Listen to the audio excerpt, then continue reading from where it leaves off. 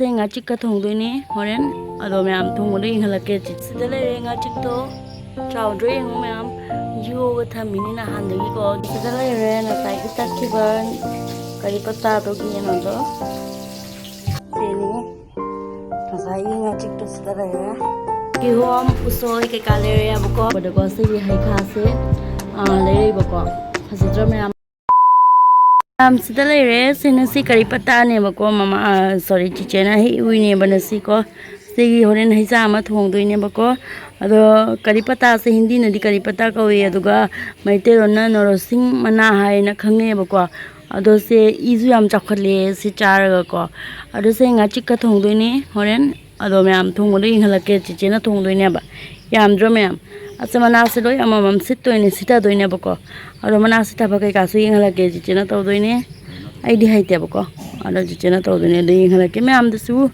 ano badum disoina myam su chana ba yawro mani bako ado chana da ba myam dum nimbiyo kamai thongi ko le habdo inghalake ko sida lere kari patta se hoji mana se amam ta sita drobane basi mana se ko magi ado se kari patta se hana ko da hauram me bako mana se pak to yengo hojikti ni ne oi de gi heklei ne bako si taraga se ka hap to ini da myam de inghalake taroga sita ba haure bako copy le no copy mulangano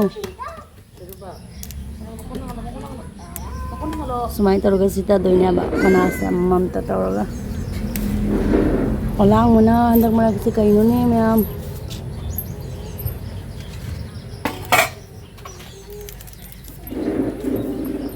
sumai taroga amam ta sita do su yam ba sita rak to ini sida siung kam bazena mana kam pa ino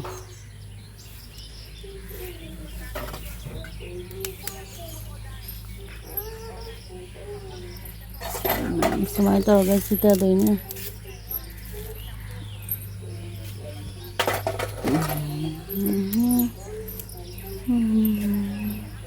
aku tuh jangan lalu sita bendo kedai katin dapat begitu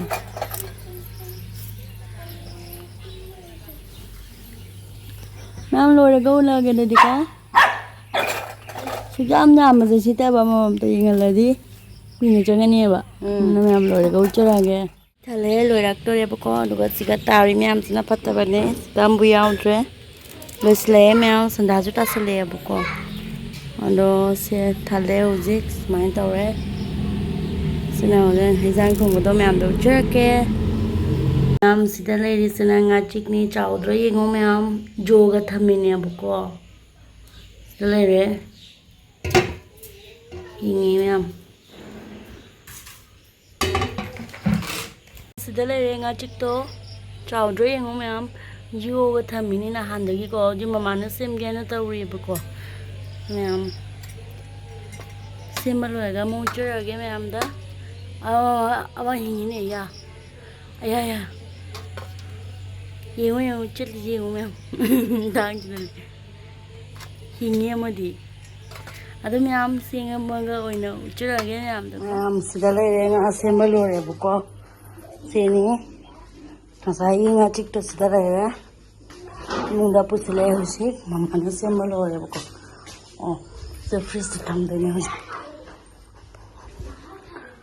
freeze ta chen lo ge myam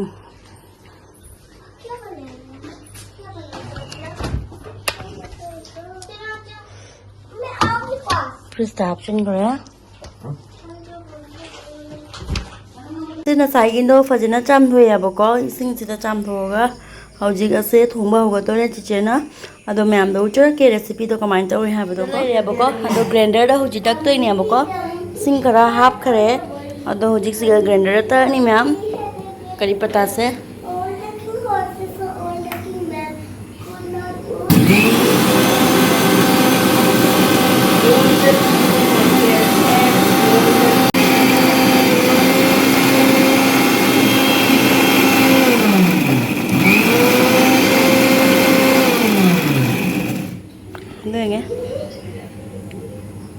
pra grind o hen doini myam oi dri khara wa chaba sama por ke leite do proche myam ai suna si hayorani my recipe se तो ma'am से पुनः mang lối tắc bao lối cái mu cho ra kìa bố có gì đấy rồi đấy mày nó tay bố có Lion.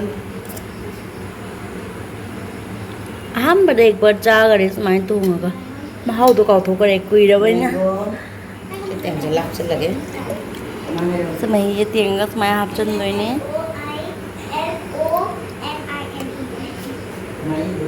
mà có đồ đã học không Hấp với tem sẽ làm sao đây đấy lupa. Lion. kari pata tuh nih bố có Mango. rồi đấy rồi gì làm thu có máy thu nghe tôi làm đồ trước cái lấy để nga đó freeze cái lâu thôi bố có rồi chị chơi thùng lấy cái tàu đi ai rồi bây nay đi thùng giờ rồi chị chơi nó thùng mà tôi làm nó đem recipe đâu là cái na tàu bên này bố có làm chỉ có máy tàu nó fry tàu đấy làm chỉ có lấy rồi là tại cái tắc khi bên kari pata tuh gini đó đây là bố có thì có chị chơi nó thùng này ba masuk betul bayam hay ba atau pahit lah sudah tak first time am Jira khara hấp sẽ là ní. Đó là đó. Sẽ là mà su bạc khara hấp chân rồi đấy. so nama tu tu kan ya tahu bayam mana ya Ngon cũng giảm mà. Đây thì nó có lên 5 màu này. sampai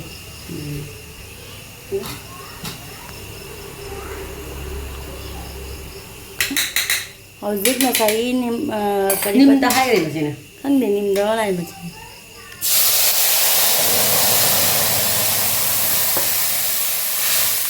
đó là lu với recipe na tin nè Lai rồi recipe. năm nay với recipe rồi mình sẽ đi Nó nào lu cái này không được. làm lu mà này cái khăn làm Cái khara mà đi các phần thành bộ ngâu ra ní. mấy cái này mà bông ngô đây nhà mình sẽ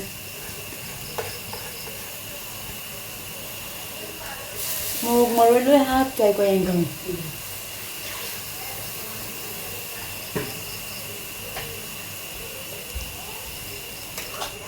Nó có ngâu vào hộp. ngô mình hết mày nữa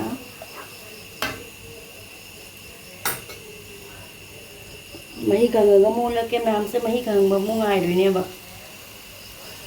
mấy tao rồi mấy sẽ không giờ lè bà có khá mình chỉ có nói chút đấy rồi mấy sẽ cái cái này ở trên nào có đặt chỗ cha để bởi mà người nga muốn thùng đôi nè chế nào mà sẽ cha để bằng ngachik cha để bà có sáng đi chơi thôi con cái haldi hấp về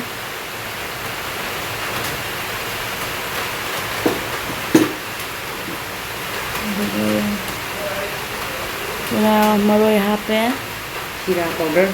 jeera powder.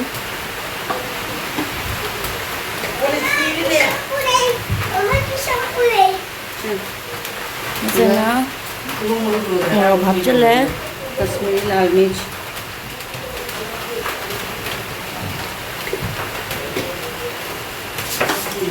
Mana? Khai juga ni. Chale bola ba.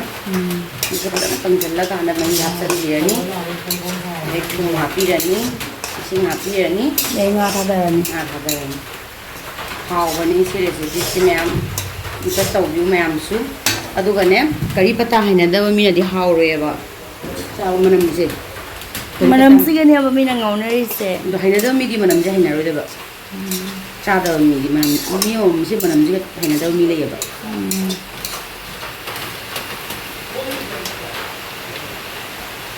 Sidana kihom usoi ke kaleria bako tajo ito pasaya le bako domana jiri dagi le bako kihom se haroni kihom sega usoi myam sega le ba myam mata re ito pasaya le poda le ni myam sepra mahi kangre ji Nama saya hau pun kan ni ba. Hau tu kamu dah bersih dah. Mana isi macam ni dah. Mana? Ising hapsan birani. Mahin kano re gravy type ni ko. Ngayon thangdaram dai da ko. Thangdaram dai matamda kano hapirani garam masala kitang hapiro ko ma'am. Dollarga sumaina aise dum jut jeng bani ko kyam kun ba chang do. Yam lang ga su hao roi ba. Yam kun ga su hao roi. Mai jut am lei dana se sau ga ko. Sap sal la sira hangde. Yaman gadra yaman lan ai wakal da. Se sumai to birani. Dollarga ai thung thaksa ga re ko ma'am. Le khoi nga se mi jam jam na roi ba se pot se. Aduna Masingda dum ai kha dum thak thong ja re ba ko. Sonda su mi changan da ba yawi ba khoi pan passing. Mawe adona ngachik cha da ni gina ngasing jai sumai ting jari se ma'am. Ma'am na comment na ha kani kaino alu no ta ngasing ting sai na. Ase ma'am aina freeze tay pudro ba ice ta pura pham gare ba du se ba sapuk na ba yadre ba. Ado aina ne se nga tang ting jan da thamane ba alu no se ga. Ini am thongba lore yam na lai me mathang da dei su thongba he ne amuko. Ado sa gare ma'am nga se ko do se saura matung da ko garam masala kha thapiro Bukan sawal lo, loy recipe ay. Ado mathang da dei don da thongba he ne. Ngachik ti da sema pipira di. Ay bo hay ti ngachik sem bo punsi ngachik sem jad. Maran se mini na sai Fi se loge ko. yang ni bane. Ay punsi ki sem jad yesu. Mayam dalai re khaijang do lore mai tu jana ken uwa bang re. Dalai re thongba lore. Haurani tang se mai tu na ta. Ado mayam se na ko pressure on na ba digital ne ko. Ado papai pressure am ta on ni ge. Pressure am ta olwai. Aduga mayam ai sida pressure on ge na tawri papagi. Ado hana mara se papai pressure se khara dum high le yaba ko. Ado na ayukta ma sandada ma ol yaba ko. Ado na se digital pressure on na ba digital se sana on do ni yaba ko. Ado mayam mina si do pressure se high libra low libra normal libra hai bado mayam adu mina si ba ko. Ado mama mit so operation taw do ni ama ado na pressure se high le ri taw ba ya de ba ko. Ado pressure guli char ga dum check taw na le yama ko. Mana sika namjan do ni ama ko. Nuga se start sika nam do ni. Attention. So to relax. Keep the cuff at heart level. Start measurement now. Nam sika measurement tawri.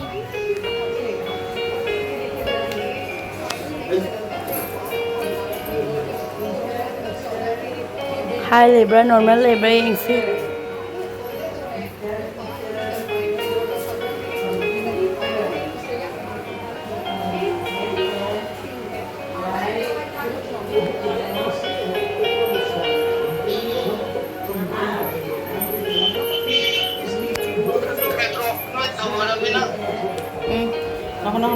Your systolic blood pressure is 136 millimeter of mercury pillar. Your diastolic blood pressure is 83 millimeter of mercury pillar. Your heart rate is 69 beats per minute. Measurement over.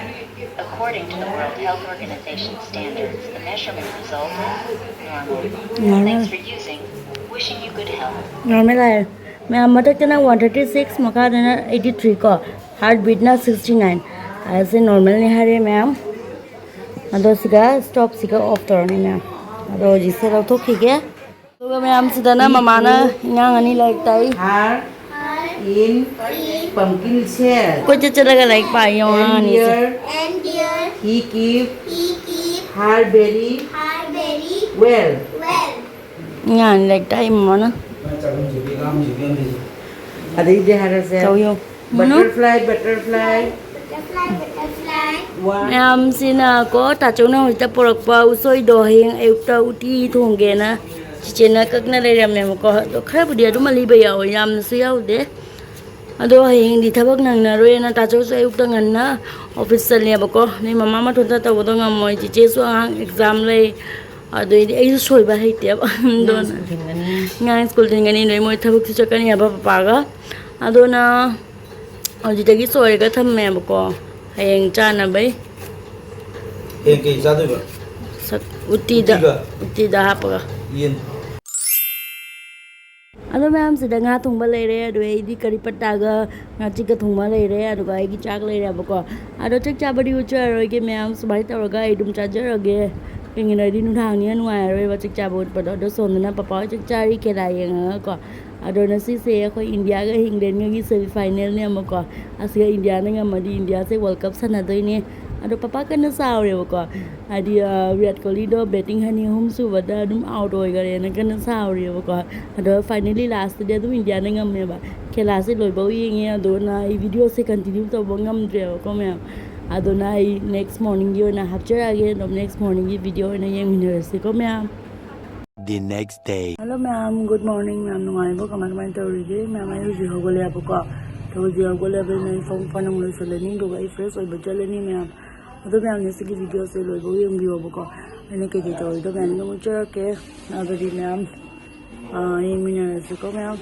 ꯕꯥꯏ ꯕꯥꯏ ꯍꯧꯖꯤꯛ ꯐꯅꯨꯡ ꯂꯣꯏꯁꯤꯜꯂꯨꯒꯦ ꯑꯗꯨ ꯂꯣꯏꯔꯒ ꯑꯩ fresh ꯑꯣꯏꯕ ꯆꯠꯇꯣꯏꯅꯦꯕꯀꯣ ꯑꯗꯨꯗꯤ ꯃꯌꯥꯝ ꯌꯦꯡꯃꯤꯟꯅꯔꯁꯤ ꯑꯗꯨꯒ ꯃꯌꯥꯝ ꯑꯩꯅ ꯃꯄꯥꯟ ꯊꯣꯛꯂꯛꯄꯗ ꯅꯨꯡꯁꯥꯁꯦ ꯂꯣꯏꯕꯤꯗ ꯁꯥꯅ ꯂꯩꯔꯝꯃꯦꯕ ꯅꯨꯡꯁꯥꯁꯦ ꯁꯥꯔꯒꯁꯨ ꯚ꯭ꯌꯨꯗꯤ ꯑꯗꯨꯝ ꯐꯖꯩꯑꯕꯀꯣ ꯚ꯭ꯌꯨ ꯐꯖꯕꯁꯤꯒ ꯑꯩꯅ ꯑꯗꯨꯝ ꯀꯦꯞꯆꯔ ꯇꯧꯕꯅꯦꯕ ꯑꯗꯨꯒ ꯑꯣꯝꯆꯥꯛꯅꯕ ꯑꯃ ꯂꯩꯕꯅꯦꯕ ꯃꯌꯥꯝ ꯅꯣꯡꯁꯨ ꯃꯪꯂꯤ ꯇꯧꯔꯒ ꯅꯨꯡꯁꯥꯁꯨ ꯁꯥꯔꯤ ꯇꯧꯕꯗꯣ ꯑꯗꯨꯃꯥꯏꯅ ꯇꯧꯕ ꯋꯦꯗꯔ ꯑꯣꯏꯔꯝꯃꯦꯕ ꯑꯗꯣ ꯋꯦꯗꯔꯗꯣ ꯌꯥꯝ ꯁꯥꯊꯤꯅ ꯅꯨꯡꯉꯥꯏꯇꯕꯅꯤ ꯃꯌꯥꯝ ꯑꯗꯣ ꯑꯩ ꯍꯧꯖꯤꯛ ꯐ꯭ꯔꯦꯁ ꯑꯣꯏꯔꯨꯔꯒꯦ ꯃꯌꯥꯝ ꯐ꯭ꯔꯦꯁ ꯑꯣꯏꯕ ꯂꯣꯏꯔꯒ ꯑꯃꯨꯛ ꯐꯪꯅꯔꯁꯤ ꯕ꯭ꯔꯦꯛꯐꯥꯁ ꯆꯥꯕ ꯃꯇꯝꯗ ꯃꯌꯥꯝꯗꯗꯤꯀꯣ ꯑꯩ ꯍꯧꯖꯤꯛ ꯐ꯭ꯔꯦꯁ ꯑꯣꯏꯅ ꯂꯥꯛꯑꯦ ꯁꯤꯒ ꯑꯩꯒ ꯁꯅꯥꯃꯨꯅꯤꯒ ꯆꯧꯃꯤꯟ ꯑꯣꯏꯅ ꯆꯥꯔꯅꯤ ꯑꯌꯨꯛꯀꯤ ꯕ꯭ꯔꯦꯛꯐꯥꯁ ꯑꯣꯏꯅꯀꯣ ꯑꯗꯣ ꯑꯩꯒ ꯁꯅꯥꯃꯨꯅꯤꯒ ꯆꯥꯃꯤꯟꯅꯗꯣꯏꯕꯀꯣ ꯑꯗꯣ ꯄꯤꯇ꯭ꯔꯨꯗꯤ ꯁ꯭ꯀꯨꯜ ꯆꯠꯈ꯭ꯔꯦꯕ ꯃꯥ ꯑꯦꯛꯖꯥꯝ ꯆꯠꯂꯤꯑꯕꯀꯣ ꯑꯗꯨꯅ ꯑꯩꯒ ꯁꯅꯥꯃꯨꯅꯤꯒ ꯑꯣꯏꯅ ꯆꯥꯃꯤꯟꯅꯔꯦ ꯁꯤꯗ ꯑꯗꯣ ꯃꯃꯥꯅ ꯍꯧꯕ ꯆꯧꯃꯤꯟꯅꯤ ꯍꯥꯎꯗꯤ ꯍꯥꯎꯔꯝꯃꯤ ꯃꯌꯥꯝ ꯁꯨꯃꯥꯏꯅ ꯌꯨꯝꯗ ꯍꯣꯝꯃꯦꯗ ꯆꯧꯃꯤꯟ ꯍꯧꯕꯁꯤꯅ ꯍꯥꯎꯕ ꯍꯦꯜꯂꯦꯕ ꯑꯩꯗꯤ ꯃꯄꯥꯟꯗ ꯆꯥꯕꯩ ꯃꯑꯣꯡꯗ ꯃꯄꯥꯟꯒꯤꯗꯣ ꯌꯥꯝꯅ ꯑꯟꯍꯥꯏꯖꯤꯅꯤꯛ ꯑꯣꯏꯗꯅꯀꯣ ꯑꯗꯣ ꯌꯨꯝꯗ ꯆꯥꯕꯅꯗꯤ ꯐꯩ ꯃꯌꯥꯝ ꯑꯗꯣ ꯁꯤ ꯆꯥꯕ ꯂꯣꯏꯔ ꯀꯩꯗꯧ ꯌꯦꯡꯃꯤꯟꯅꯁꯤ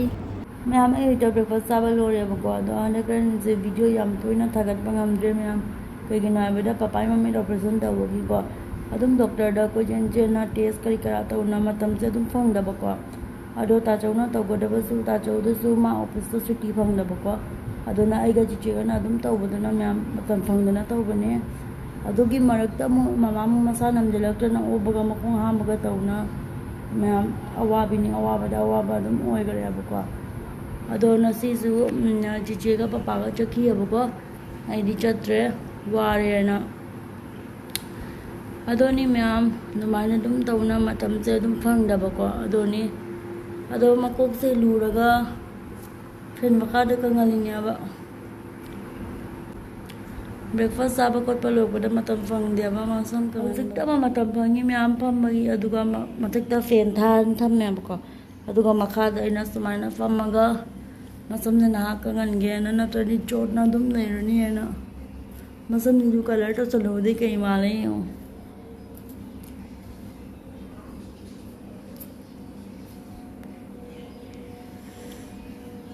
ꯑꯗꯨꯅꯤ ꯃꯌꯥꯝ ꯑꯗꯨꯗꯤ ꯃꯊꯪ ꯀꯩ ꯇꯧꯕ ꯌꯥꯕꯗꯣ ꯃꯌꯥꯝ ꯑꯗꯨꯝ ꯌꯦꯡꯃꯤꯟꯅꯁꯤ ꯃꯌꯥꯝ ꯕꯥꯏ ꯑꯗꯨꯒ ꯃꯌꯥꯝꯁꯤꯗ ꯑꯩꯈꯣꯏ ꯆꯦꯔꯨ ꯂꯩꯔꯦꯕꯀꯣ ꯑꯩꯈꯣꯏ ꯆꯦꯔꯨꯁꯦ ꯃꯥꯡꯉꯨꯔꯦꯕꯀꯣ ꯃꯃꯥꯅ ꯒꯦꯠ ꯍꯥꯡꯗꯣꯛꯄꯗ ꯆꯦꯔꯨꯁꯦ ꯆꯦꯜꯂꯨꯔꯦꯕ ꯈꯪꯕ꯭ꯔꯥ ꯃꯌꯥꯝ ꯑꯗꯣ ꯃꯌꯥꯝ ꯑꯩꯈꯣꯏꯅ ꯀꯧꯕꯗꯤ ꯁꯨꯡꯂꯥꯛ ꯂꯥꯛꯇꯦꯕꯀꯣ ꯑꯗꯣ ꯇꯥꯆꯧꯅ ꯑꯃꯨꯛ ꯀꯧꯕꯗ ꯃꯅꯤꯡꯂꯣꯝꯗꯒꯤ ꯆꯦꯜꯂꯛꯑꯦꯕꯀꯣ ꯅꯨꯡꯁꯤꯕꯅ ꯑꯩꯗꯤ ꯃꯥꯡꯈ꯭ꯔꯦꯅ ꯀꯞꯇꯦꯒ ꯇꯧꯔꯤꯅꯤ ꯑꯩꯈꯣꯏ ꯁꯅꯥꯃꯨꯅꯤꯗꯤ ꯀꯞꯇꯦꯒ ꯇꯧꯔꯤꯅꯤ ꯄꯨꯔꯥ ꯃꯥꯡꯈ꯭ꯔꯦꯅ ꯑꯩꯗꯤ ꯈꯜꯂꯤ ꯃꯥꯡꯈ꯭ꯔꯦ ꯊꯤꯕ ꯐꯪꯉꯔꯣꯏ ꯂꯥꯛꯑꯔꯣꯏ ꯁꯤꯅꯦꯕ ꯃꯥ ꯊꯥꯗꯣꯛꯇꯦꯕ ꯅꯍꯥꯟꯉꯩꯀꯣ ꯑꯗꯨꯝ ꯉꯔꯥꯡ ꯅꯨꯡꯗꯥꯡꯗꯒꯤ ꯊꯥꯗꯣꯛꯄꯗꯣ ꯑꯌꯨꯛꯇ ꯑꯗꯨꯝ ꯊꯥꯗꯣꯛꯈꯤꯕꯗꯣ ꯃꯥꯗꯤ ꯒꯦꯠ ꯍꯥꯡꯗꯣꯛꯄ ꯎꯕꯗꯨꯒ ꯆꯦꯟꯈꯤꯕ ꯋꯥꯅꯦꯕꯀꯣ ꯑꯗꯣ ꯅꯨꯡꯁꯤꯕꯅ ꯍꯧꯖꯤꯛ ꯇꯥꯆꯧꯅ ꯉꯥꯡꯉꯅꯦꯅ ꯃꯥꯁꯤꯒ ꯍꯤꯞꯆꯟꯅꯔꯤꯅꯦꯕ ꯇꯨꯞꯊꯔꯒ ꯀꯩꯀꯣ ꯌꯥꯝꯅ ꯑꯦꯛꯇꯤꯡ ꯇꯧꯕ ꯍꯩꯌꯦꯕ ꯑꯩꯈꯣꯏ ꯆꯦꯔꯨꯁꯦ ꯈꯪꯉꯕ ꯑꯗꯣ ꯃꯌꯥꯝ ꯇꯥꯆꯧꯅ ꯑꯝꯇ ꯙꯝꯀꯥ ꯇꯧꯕ ꯌꯦꯡꯁꯤ ꯃꯌꯥꯝ ꯀꯃꯥꯏꯅ ꯇꯧꯋꯦꯕꯗꯣ ꯃꯌꯥꯝ ꯌꯦꯡꯉꯣ ꯇꯥꯆꯧ ꯎꯕꯗ ꯀꯤꯅ ꯂꯣꯠꯈꯔꯦ ꯌꯦꯡꯉꯣ ꯐꯨꯔꯅꯤꯅ ꯀꯥꯏ ꯆꯠꯂꯤꯅꯣ ꯆꯦꯔꯨ ꯙꯝꯀꯥ ꯇꯧꯏꯅꯦꯕ ꯐꯨꯔꯣꯏꯑꯕꯀꯣ ꯙꯝꯀꯥ ꯇꯧꯏꯅꯦꯕ ꯃꯥꯅ ꯑꯝꯇ ꯇꯥꯆꯧ ꯂꯥꯛꯄꯗꯅꯦ ꯂꯣꯠꯐꯝ ꯊꯤꯔꯤꯕ ꯈꯪꯉꯤ ꯌꯧ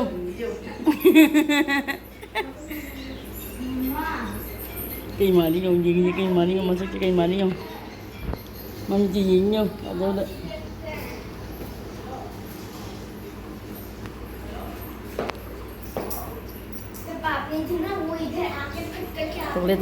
तोले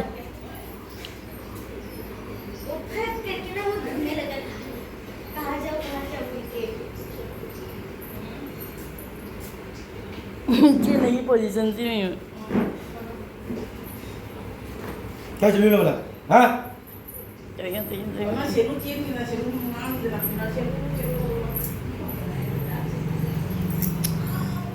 Ang ini tau yung ma'am tau yung drink tau riyan isa ka na Kari gì nó ba ni Ang mana fruit gì Sinaw ni na kay gì ba Ang mana pot gì Phazay na pot se Fruit gì ka na yi no Ay smakut ka tanggalay man yi niya Yam yo yam phazay A few moments later. Aduga mayam sida leire barogi chak sena usoi soi baduria ba chichena ko adu usoi duga motor roti ta wini adu sida ngari leire ngani sida chakchari ngani na ko chakchar ge mayam chakcha boloi ga mu chur ge ko mayam da chakcha ge gem ta sida le du usoi do ngon cái đó đi bán đẹp ạ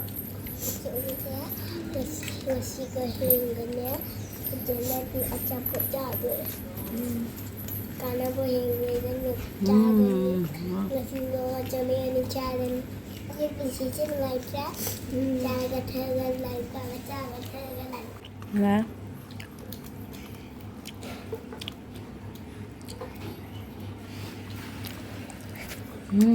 Haba.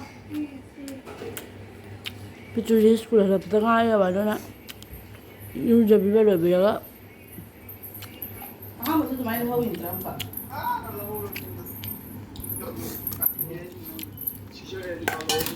Nó không cho tôi bữa chả.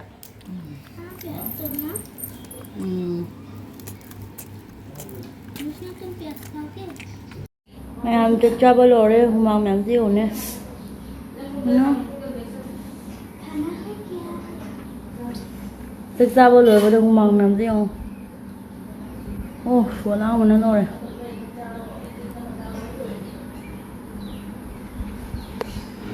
Mày tum mure apa kau tu mau kau pada cicina saya na doktor cakih ha pada papa ka adugi halak pada kau se ye hai kha se lei ba ko hasitra mayam hai ka se do lai kat pagi di khara khai do khare ba ko ado aina tu mau lak pada ga se khara chaja ge na puthore ba ko ado mayam ning si ya mi cha ba nga mo ba ko se ka dang cha ge ado mayam hing si तो मैं हम क्या बोल रहे हैं को मैं हम अभी दिन में लाइक शेयर कमेंट सब्सक्राइब कर भी रहा हूँ नेक्स्ट की वीडियो दो फॉर नर्सी में हम बाय बाय